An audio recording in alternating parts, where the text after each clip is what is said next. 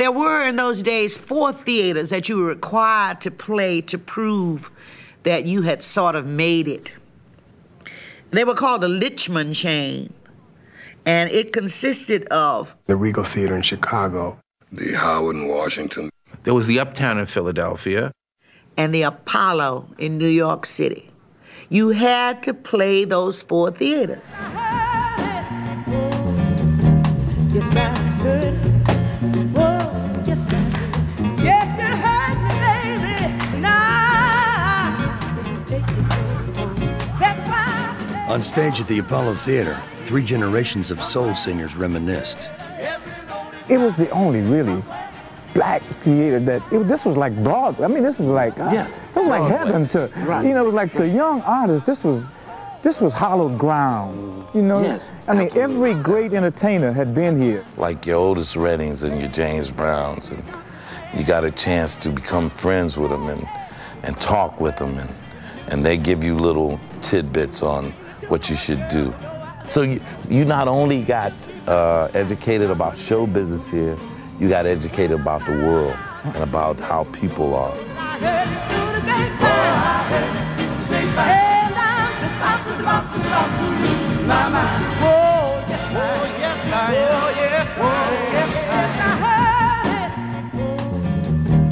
The Apollo Theater and the theater circuit and the different clubs that we used to play that people considered part of the Chitlin circuit. It was our playground. It was where we learned our craft. The importance of the Apollo, it just means so much to so many people. I mean, it could have been some place in Peoria, but it's not. It happened to be in New York City, and that's where a lot of things happen. And there's so many great artists that came out of that area and off of that stage. I remember having to put my hot dogs on the light bulb. We had 5 shows a day, and that was my breakfast, lunch, and dinner, because we would play cards with Tommy Hunt and maybe the Dells and the Spinners. I don't know who else, Dionne Warwick or whoever, but they would always take my money. They would always win. One of the things I remember the most about the Apollo is the first time we walked in there, they had a mural on the foyer wall. Harry Belafonte, Sammy Davis, Ella Fitzgerald, Sarah Vaughan, Billy Eckstine, all these people were on that mural. For me, those were the glory days. You know, I got to see one of those magic Apollo nights with James Brown and Otis Redding on the same bill. And this is my Oscar, you know. These are my Oscars. These are my memories. These are more precious to me than any recording contract or an award that I could receive, because they were mine, and I still keep them inside. The range of the Chitlin circuit mirrored the scope of the music pouring out of the studios, from the East Coast to the Midwest. In Detroit, Motown reigned supreme.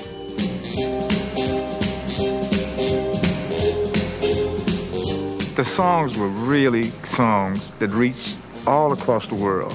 And they reached people, and it reached people probably at that time when Motown just opened up the doors to everybody. See, I was a big Motown child. I was a heavily influenced Motown child. For me, it was, you know, whatever the Beatles meant to those screaming teenagers, Motown meant to me. I don't know if they were listening to us, but we were certainly listening to them. I don't think we were trying to copy them by any means. But, I mean, you couldn't turn on the radio without hearing a Motown record.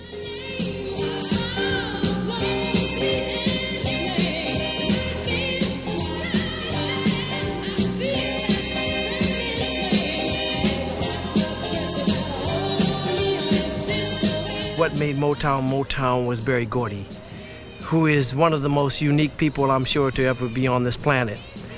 And to have him at the helm of what was going on was just the most wonderful thing for a music-making young person who had access to Detroit at that time.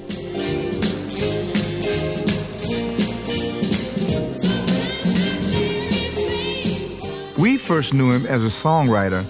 In fact, when he started Motown, when he started this record company, whatever he was going to name, he asked us, would we go with him to that company? And we said no, because we didn't think he had a chance. We said, absolutely not. You know, black guy with a tape recorder starting a record company. Yes, right. Okay.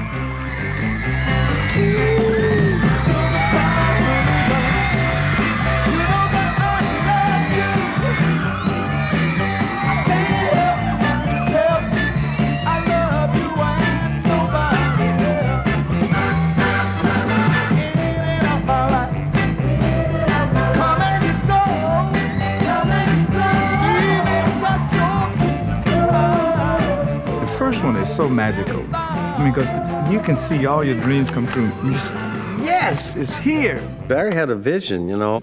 I mean, he had a real good sense of vision and imagination and organization. He really knew how to put it together so that he could end up with something that ended up being what they call the sounds of young America.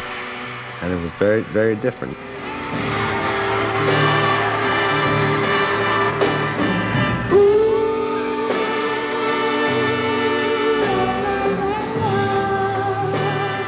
The reason we started Motown was because nobody was paying us.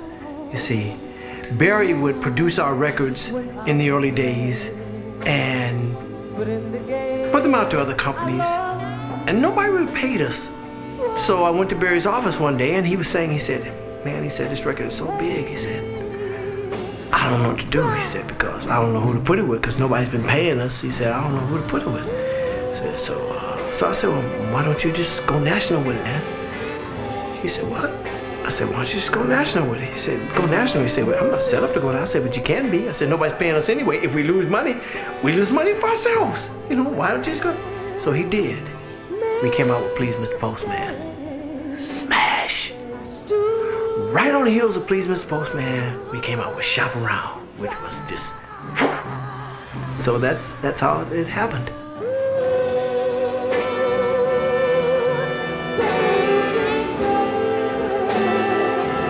The real Smokey that I love is the songwriter Smokey, the Smokey who writes lyrics like Tracks of My Tears and Ooh Baby Baby, I'm just about at the end of my rope, but I can't stop trying, I can't give up hope. Come on, please, that says it all, you know. But I can't stop trying, I can't give up hope, 'cause Ooh Baby Baby was a song that actually started live on stage. We, when I say we, I mean the Miracles and me, started on stage one night just singing, Ooh Baby Baby. I started singing it. The guys fell in the harmony, started singing, Ooh Baby Baby. The people went crazy. So we said, hey man, people like that so much, we should do a record, Ooh Baby Baby.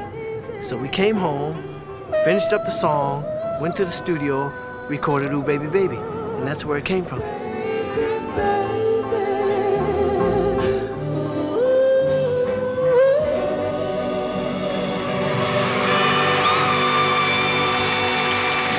We could go on a 51-nighter tour, okay? And as soon as you got home and took a bath or whatever you want to do and got yourself together, you went to Hitsville. Why? Because everybody was going to be